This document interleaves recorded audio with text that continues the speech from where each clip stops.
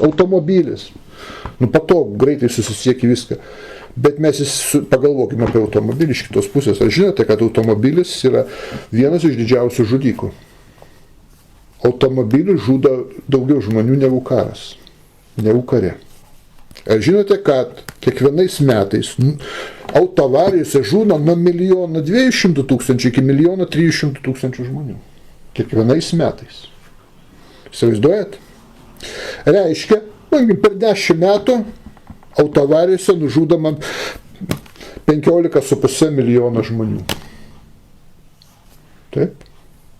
Jeigu per metus 1,2 per 1,3 Ukrainai paimkim karą. Ir Gazoje paimkim karą. Ir Libijai paimkim karą. Dar kokia Afrikos valstybė, ten paimkim visus karus, sudėkim, tai mes pamatysim, kad net trečdalė nesusidarys per visus pasaulio karus.